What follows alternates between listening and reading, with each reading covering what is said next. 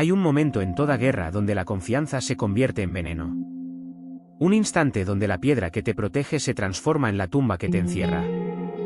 Y en el año 1219, una ciudad amurallada en las fronteras del Imperio Corasmio contemplaba el horizonte con esa confianza fatal. Sus murallas medían 15 metros de altura, construidas con la roca más sólida que el oro de la ruta de la seda podía comprar. Sus arqueros eran legendarios, sus guerreros feroces, su gobernador arrogante. Miraban hacia la estepa y veían solo polvo. Pero el polvo tenía nombre. Gengis Khan no era un conquistador. Era un arquitecto del miedo. Mientras otros reyes medían su poder en tierras y tributos, él lo medía en algo mucho más valioso, en la velocidad con que una ciudad se rendía antes de que sus hombres tuvieran que desmontar de sus caballos. Porque aquí está la verdad que nadie quiere admitir: la guerra más perfecta es la que nunca se pelea. La ciudad de Otrar no comprendía la ecuación. Su gobernador, Inalchuk, había cometido el error más caro de la historia. Había ejecutado a los comerciantes mongoles que llegaron con sedas y especias, creyendo que eran espías. Había escupido sobre los mensajeros de Khan, confiado en que las murallas de piedra eran más fuertes que la furia de un nómada. Había mirado la estepa y visto solo bárbaros a caballo. Pero lo que no vio fue la máquina. Porque Gengis Khan no enviaba ejércitos, enviaba sistemas. No conquistaba ciudades, convertía la rendición en la única salida lógica. Y Otrar acababa de firmar su sentencia sin saberlo. Los habitantes de la ciudad caminaban por sus calles empedradas con la tranquilidad de quien cree que el mundo tiene reglas. Veían sus templos, sus mercados bulliciosos, sus niños jugando en las plazas, y pensaban: esto es eterno. La piedra no miente. La piedra no se rompe. Pero hay algo que la piedra no puede hacer: no puede correr. No puede negociar. No puede llevar el mensaje de lo que ocurre cuando desafías la doctrina. Y mientras Otrar dormía en su ilusión de invencibilidad, en la estepa, 100.000 jinetes afilaban sus flechas y memorizaban un nombre. Un nombre que pronto dejaría de ser un lugar en el mapa para convertirse en una advertencia. Porque aquí está el genio de Khan: él no atacaba para conquistar. Atacaba para enseñar. Cada ciudad que caía no era un fin. Era un capítulo en un libro de terror que las próximas ciudades leerían antes de que los cascos de los caballos sonaran en sus puertas. Y Otrar, con sus 15 metros de piedra sólida, estaba a punto de convertirse en la lección más brutal jamás escrita. Una lección donde las murallas no protegen. Donde la valentía no salva. Donde resistir no es honor, es suicidio colectivo. Porque cuando el polvo del horizonte finalmente tomó forma, cuando los estandartes mongoles se alzaron como dagas apuntando al cielo, la ciudad entendió demasiado tarde una verdad simple: la piedra te da la ilusión de seguridad, pero el miedo viaja más rápido que las flechas. Y el miedo ya había llegado. No en forma de ejército, sino en forma de rumor. Los comerciantes que escaparon de las ciudades del este traían historias que los hombres de Otrar descartaban como exageraciones. Ciudades enteras borradas del mapa, poblaciones completas convertidas en pirámides de cráneos, ríos que corrían rojos durante días. Decían que los mongoles no peleaban como hombres, sino como una plaga con estrategia. Que usaban a los prisioneros como escudos vivientes. Que obligaban a las madres a elegir entre sus hijos. Que el sonido de sus tambores era el preludio de algo peor que la muerte. Pero Otrar reía. Porque Otrar tenía piedra. Y la piedra, pensaban, era más fuerte que el miedo. Pero Gengis Khan sabía algo que los hombres de piedra nunca aprenden a tiempo: el miedo no destruye muros. El miedo destruye la voluntad de defendernos. Y cuando esa voluntad se quiebra, las murallas más altas del mundo se convierten en jaulas. Porque rendirte no era cobardía, era matemáticas. Y quien no resolvía la ecuación a tiempo se convertía en la demostración del teorema. Otrar estaba a punto de ser esa demostración. Un muro de piedra que pronto sería reemplazado por algo mucho más efectivo: un muro de huesos. Quédate hasta el final, esta historia tiene un giro tan brutal que te va a dejar sin palabras. Suscríbete para no perderte. Los mensajeros llegaron al amanecer. 3 hombres a caballo, sin armadura, sin armas visibles, portando solo un estandarte blanco y un mensaje sellado con cera roja. La guardia de Otrar los vio aproximarse desde las torres y sintió algo extraño. No venían como conquistadores, venían como burócratas. Como si la guerra fuera un trámite administrativo que debía resolverse antes de comenzar. Y eso era exactamente lo que era. Porque Gengis Khan no atacaba por impulso, atacaba por protocolo. Cada ciudad recibía la misma oferta, el mismo ultimátum, la misma oportunidad de resolver la ecuación. Y quien fallaba en responder correctamente se convertía en la respuesta para todos los demás. El mensaje era simple hasta la austeridad. Rendíos. Abrid las puertas, entregad vuestras armas, pagad tributo, y viviréis. Vuestras mujeres seguirán siendo vuestras mujeres, vuestros hijos seguirán siendo vuestros hijos, vuestros templos seguirán en pie. Gengis Khan no quiere vuestra ciudad, quiere vuestra obediencia. Pero si cerráis las puertas, si disparáis una sola flecha, si vuestro gobernador escupe sobre este pergamino, entonces lo que venga después no será una batalla. Será una demostración. Una lección tan brutal que las próximas 10 ciudades se rendirán antes de que nuestros caballos beban agua de sus pozos. Elegid, vida o mensaje. No hay tercera opción. La firma al pie del pergamino no era de Khan. Era del general Hebe, el que nunca perdía. Y eso era parte del terror, ni siquiera el propio Khan necesitaba venir. Sus subordinados eran suficientes. El gobernador Inalchuk leyó el mensaje en su salón del trono, rodeado de sus generales más leales. Y rió. Una risa profunda, genuina, la risa de un hombre que cree que el mundo funciona según reglas antiguas donde el honor y la piedra son moneda válida. Miró a sus consejeros y preguntó en voz alta. Estos nómadas piensan que muros construidos durante 3 generaciones caerán porque un pedazo de papel lo ordena. ¿Creen que hombres que han defendido esta ciudad de persas, turcos y árabes se arrodillarán ante jinetes que ni siquiera saben construir casas? Y sus generales asintieron, porque es fácil asentir cuando estás del lado de la piedra. Pero había un consejero viejo, un hombre que había viajado por la ruta de la seda, que no rió. Que miró el pergamino y vio algo que los demás no vieron, la ausencia de adornos. Los mongoles no amenazaban con metáforas floridas ni juramentos divinos. Solo matemáticas. Y las matemáticas no mienten. Inalchuk ordenó algo peor que rechazar el mensaje, ordenó humillarlo. Los 3 mensajeros fueron arrastrados a la plaza pública. Uno fue decapitado. A los otros 2 les cortaron las orejas y la nariz, y los enviaron de vuelta a caballo, sangrando. Con un mensaje oral, dile a tu señor que Otrar no negocia con perros de la estepa. Dile que si quiere nuestras puertas, que venga a abrirlas con sus manos. Y dile que sus huesos adornarán nuestras murallas antes de que el sol se ponga 2 veces. La multitud aplaudió. Los soldados vitorearon. El gobernador levantó su copa de vino y brindó por el honor. Pero el consejero viejo no bebió. Porque acababa de presenciar el error más caro de la historia, convertir un ultimátum en un insulto. Y Gengis Khan no perdonaba insultos. Los coleccionaba. Los archivaba. Los convertía en combustible. Cuando los mensajeros mutilados llegaron de vuelta al campamento mongol, Khan no gritó. No rompió cosas. No juró venganza con palabras grandilocuentes. Simplemente asintió, como si hubiera recibido la confirmación de un experimento. Miró a Hebe y dijo algo que los cronistas recordarían durante siglos: Otrar acaba de elegir ser recordada. Y esa frase no era poesía. Era una sentencia técnica. Porque en la doctrina mongola existían 2 tipos de ciudades: las que se rendían y desaparecían en tributos y olvido, y las que resistían y se convertían en leyendas de terror. Otrar acababa de firmar su lugar en la historia. No como una victoria, sino como una advertencia con nombre propio.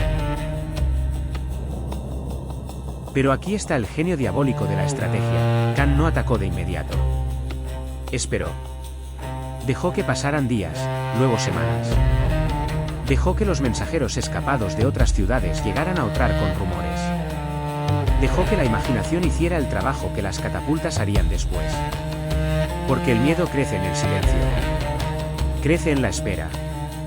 Cada noche que Otrar miraba el horizonte vacío, cada amanecer sin hordas mongolas, cada semana sin guerra, era un día más donde los soldados en las murallas comenzaban a preguntarse, ¿por qué no vienen? Y esa pregunta era más destructiva que 1000 asedios. Porque cuando el enemigo no ataca, el enemigo está dentro de tu cabeza. Y Gengis Khan era un maestro en poblar pesadillas. Los mercados de Otrar comenzaron a vaciarse. Las familias ricas enviaban a sus hijos a ciudades vecinas. Los soldados revisaban las puertas 3 veces por noche. El gobernador Inalchuk seguía proclamando victoria, pero su voz sonaba más alta de lo necesario, como si tratara de convencerse a sí mismo. Y entonces, una mañana, el polvo del horizonte dejó de ser polvo. Tomó forma. Miles de formas. Decenas de miles. Un ejército que no marchaba en filas sino en oleadas, como si la estepa misma hubiera decidido caminar hacia la ciudad. Y al frente, bajo un estandarte negro, un hombre que no necesitaba gritar para ser escuchado. Porque cuando Gengis Khan finalmente llegaba, el ultimátum ya había cumplido su propósito. No era una oferta de paz. Era el preludio del terror. Y quien no lo escuchaba la primera vez, pasaba el resto de su corta vida deseando haberlo hecho. El asedio comenzó, pero no como Otrar esperaba. No hubo carga masiva de caballería. No hubo oleadas de guerreros lanzándose contra las murallas en un frenesí suicida. Lo que llegó fue algo peor, un silencio calculado, y luego, desde el campamento mongol, una columna de figuras que caminaban hacia la ciudad. Figuras que no llevaban armadura mongola. Figuras que vestían las ropas desgarradas de campesinos, mercaderes, mujeres con niños en brazos. Prisioneros. Miles de prisioneros de la ciudad anterior que Khan había conquistado 3 semanas atrás. Y marchaban al frente, empujados por lanzas, obligados a caminar hacia las murallas de Otrar cargando sacos de tierra, maderas para puentes, escaleras improvisadas. Los defensores en las torres miraron y comprendieron con horror paralizante, si disparaban, matarían a su propia gente. Si no disparaban, el enemigo avanzaría sin perder un solo soldado. La elección no era militar. Era moral. Y las elecciones morales destruyen ejércitos más rápido que las catapultas. Los arqueros de Otrar temblaban con las flechas tensadas. Veían rostros conocidos entre la multitud de prisioneros, comerciantes con quienes habían negociado en los mercados de ciudades vecinas, peregrinos que habían pasado por sus puertas meses atrás, niños cuyas madres gritaban nombres que algunos soldados reconocían. Un capitán en la muralla dio la orden de disparar. Las cuerdas de los arcos chasquearon como huesos rotos. Las flechas volaron. Y los gritos que siguieron no fueron de victoria sino de agonía colectiva, porque cada flecha que alcanzaba su objetivo atravesaba a un inocente antes de, tal vez, rozar a un mongol. Los prisioneros caían, pero los que venían detrás seguían empujados por las lanzas, llenando los huecos, acercándose más, convirtiendo el foso defensivo en una alfombra de cuerpos que los ingenieros mongoles usaban como rampas. La ciudad no estaba luchando contra un ejército. Estaba luchando contra su propia humanidad. Y la humanidad pierde siempre contra las matemáticas. Gengis Khan observaba desde una colina cercana, montado en su caballo, sin expresión en el rostro. Para él, esto no era crueldad. Era eficiencia. Cada prisionero que absorbía una flecha era un soldado mongol que preservaba su vida para la próxima ciudad. Cada segundo que los defensores dudaban en disparar era un segundo donde las torres de asedio avanzaban sin resistencia. Cada grito de horror desde las murallas era un golpe a la moral que ninguna catapulta podía infligir. Porque aquí está la genialidad diabólica de la táctica, no se trata de ganar la batalla. Se trata de quebrar la voluntad antes de que la batalla comience. Un soldado puede pelear contra enemigos. No puede pelear contra el peso de matar a quienes juró proteger. Y cuando esa carga se vuelve insoportable, las murallas más altas se convierten en prisiones psicológicas. Los días se convirtieron en semanas. El foso alrededor de Otrar, diseñado para detener ejércitos, se llenó con una mezcla obscena de tierra, madera y cuerpos. Los ingenieros mongoles trabajaban detrás de la barrera humana, construyendo puentes con los materiales que los prisioneros cargaban, usando los cadáveres como cimientos cuando la tierra no era suficiente. El hedor era insoportable. Las moscas formaban nubes negras que se veían desde kilómetros de distancia. Pero lo peor no era el olor. Lo peor era el sonido. El sonido constante de miles de personas siendo obligadas a trabajar hasta el colapso. Sus gemidos mezclándose con el crujir de la madera bajo presión, el silbido de las flechas ocasionales, el golpe sordo de cuerpos cayendo sobre cuerpos. Era una sinfonía de horror diseñada para un solo propósito: hacer que los defensores de Otrar desearan rendirse antes de que las torres de asedio tocaran sus murallas. Pero el gobernador Inalchuk seguía negándose. Seguía gritando órdenes, seguía proclamando que Otrar resistiría, seguía jurando que los dioses castigarían a los bárbaros. Sus palabras resonaban en los salones vacíos del palacio, pero ya no llegaban a las murallas. Porque los soldados en las torres ya no escuchaban a su gobernador. Escuchaban los gritos desde el foso. Veían las torres de asedio acercarse centímetro a centímetro, construidas con el sudor y la sangre de gente que podría haber sido salvada si la ciudad se hubiera rendido 3 semanas atrás. Y comenzaron a hacer cálculos. Cálculos simples, matemáticas brutales. ¿Cuántos de nosotros morirán por el orgullo de un hombre? ¿Cuántos de nuestros hijos verán esto antes de que termine? ¿Vale la pena morir por una ciudad que ya está derrotada por dentro? Entonces Khan desplegó la fase final del asedio psicológico. Ordenó que grupos pequeños de prisioneros fueran liberados. No todos, solo algunos. Los más débiles, los más traumatizados, los que habían visto demasiado. Los enviaron caminando hacia las puertas de Otrar con un mensaje oral: rendíos ahora y la mitad de vosotros vivirá. Resistid un día más y nadie verá el próximo amanecer. Los prisioneros liberados llegaron a las puertas golpeando, suplicando que los dejaran entrar. Y cuando los guardias abrieron una compuerta pequeña para escucharlos, lo que oyeron no fueron palabras. Fueron testimonios. Testimonios de lo que los mongoles habían hecho en la ciudad anterior. De cómo los que se rindieron tardíamente fueron perdonados solo después de ver a sus familias ejecutadas.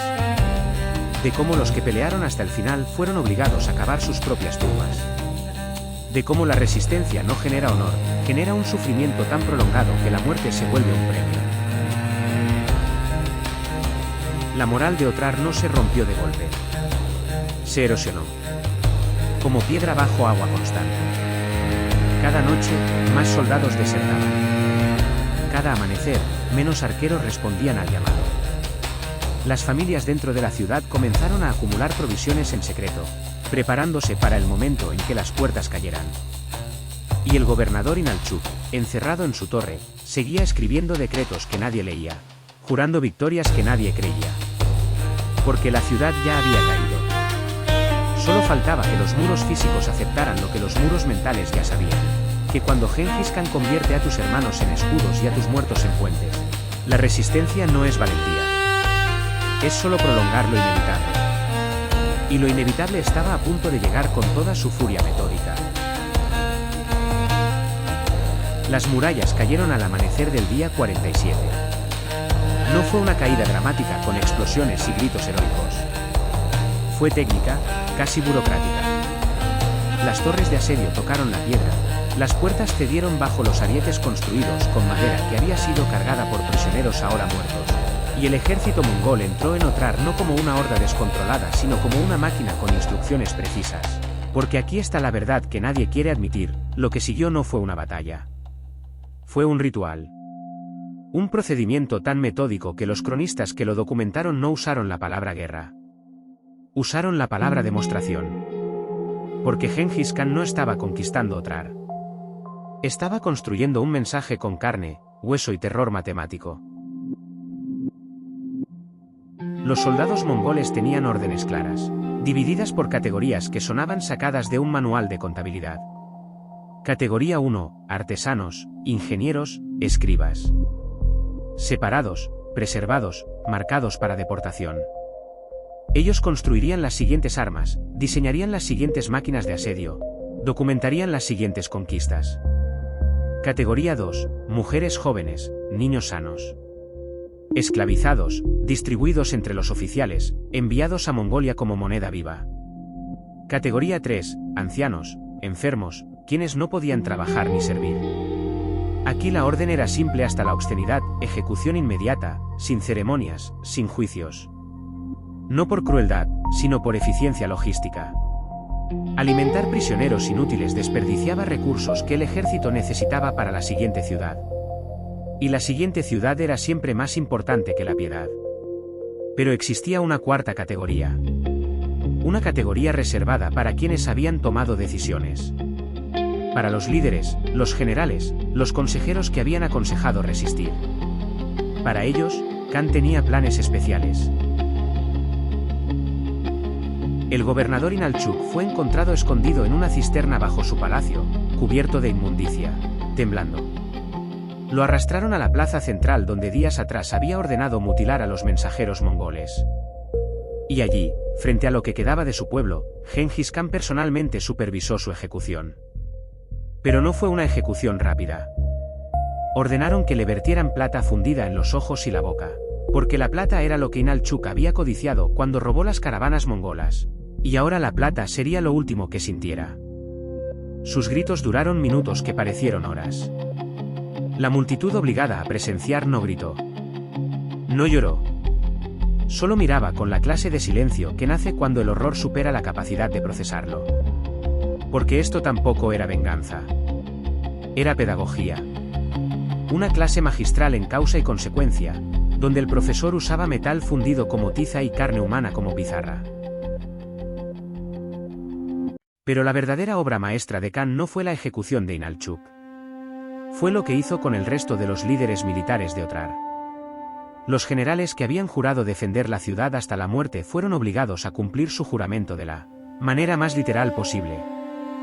Los mongoles los desnudaron, los ataron en fila, y los usaron como práctica de tiro para los arqueros novatos.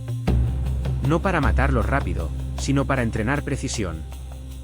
Flechas en los hombros, en las piernas, en el abdomen, evitando órganos vitales para prolongar la agonía.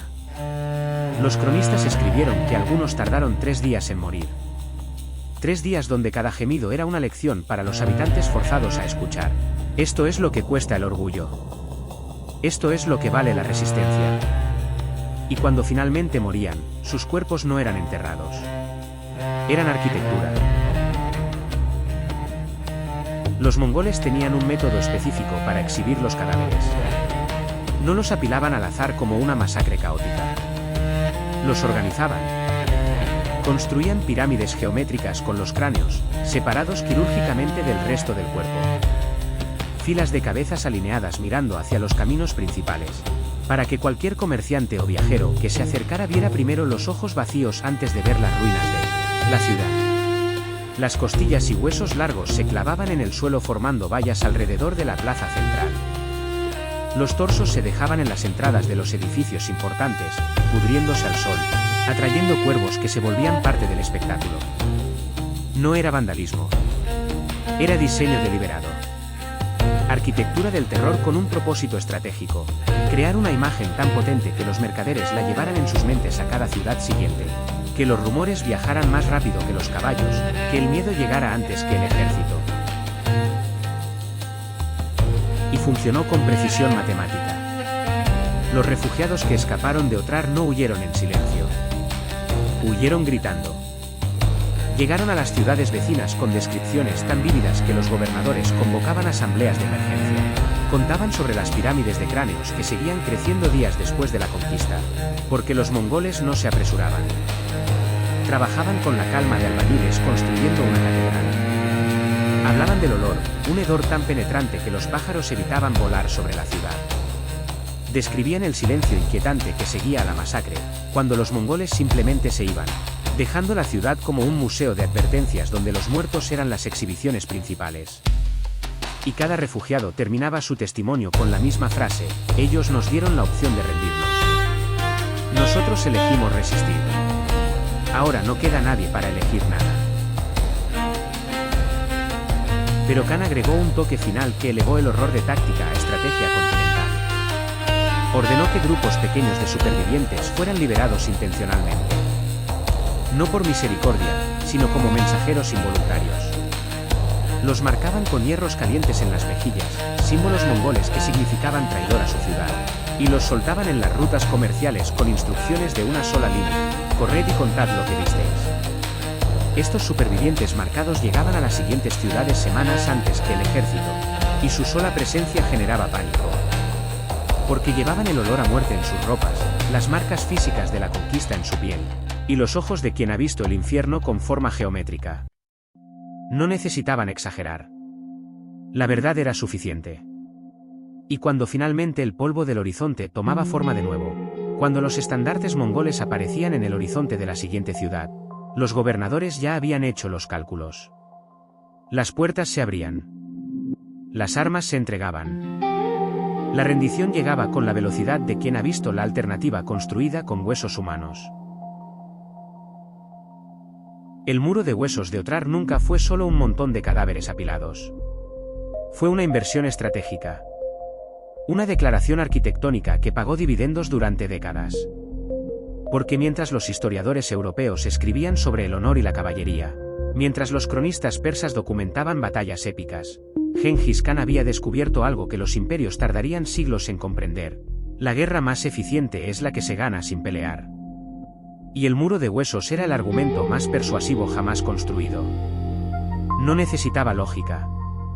No necesitaba retórica. Solo necesitaba existir, y el miedo hacía el resto del trabajo. Cada refugiado que huía era un publicista involuntario. Cada mercader que evitaba las rutas cercanas era una confirmación del mensaje. Y cada ciudad que abría sus puertas antes de que los mongoles acamparan era una victoria sin bajas. Los números cuentan la historia con una claridad brutal. Después de Otrar, Gengis Khan conquistó 43 ciudades en los siguientes 18 meses. De esas 43, 37 se rindieron sin resistencia. 37 ciudades que vieron el humo en el horizonte, escucharon los rumores, hicieron los cálculos, y decidieron que la vida bajo tributo mongol era matemáticamente superior a convertirse en una pirámide de cráneos. Las 6 que resistieron duraron un promedio de 11 días antes de caer. Y cada una de ellas recibió el mismo tratamiento arquitectónico: masacre selectiva, exhibición de restos, liberación de supervivientes marcados. Khan no improvisaba. Repetía. Porque había encontrado una fórmula que funcionaba con la precisión de una ecuación química. Terror más consistencia igual a rendición. Y la rendición era más valiosa que el oro. Pero el verdadero genio de la estrategia no estaba en lo que Khan hacía con las ciudades que resistían. Estaba en lo que hacía con las que se rendían. Porque aquí hay un detalle que los historiadores a menudo omiten: las ciudades que abrían sus puertas voluntariamente no eran destruidas. Eran preservadas, integradas, a veces hasta prosperaban bajo administración mongola. Sus artesanos construían armas mejores. Sus comerciantes accedían a rutas protegidas por el ejército más temido del mundo. Sus templos permanecían intactos mientras pagaran el tributo. Khan entendía algo que los conquistadores europeos tardarían siglos en aprender: un imperio no se sostiene solo con miedo. Se sostiene con la promesa de que la obediencia tiene recompensas tangibles. Pero esa promesa solo funcionaba si la alternativa era lo suficientemente aterradora. Y Otrar era esa alternativa, convertida en leyenda, repetida en cada negociación, mencionada en cada ultimátum. Los generales mongoles desarrollaron un protocolo estandarizado que usaban en cada nueva ciudad. Llegaban, acampaban a distancia visible, enviaban mensajeros con el pergamino de rendición. Pero ahora el pergamino incluía algo nuevo: testimonios escritos de supervivientes de Otrar, descripciones detalladas de las pirámides de cráneos, incluso dibujos toscos de la arquitectura del horror. No era propaganda exagerada. Era documentación factual usada como arma psicológica. Y funcionaba porque los gobernadores que recibían estos pergaminos podían verificar las historias con los refugiados que habían llegado a sus ciudades. No podían descartarlo como fanfarronería. Era historia reciente con testigos vivos. Y cuando un mensajero mongol terminaba su presentación con la frase "ahora elegid", no era una pregunta retórica. Era un problema matemático con dos soluciones, una que terminaba en vida, otra que terminaba en lecciones para otros. La ironía histórica más devastadora es que Otrar, la ciudad que creyó que sus murallas la salvarían, terminó salvando decenas de miles de vidas. No las vidas de sus propios habitantes, esas se perdieron en el ritual de demostración. Pero las vidas de las ciudades que vinieron después. Porque cada gobernador que miraba las murallas de Otrar reducidas a escombros, cada general que escuchaba sobre los 3 días de agonía de los líderes militares, cada madre que oía sobre los niños convertidos en esclavos, tomaba la decisión lógica.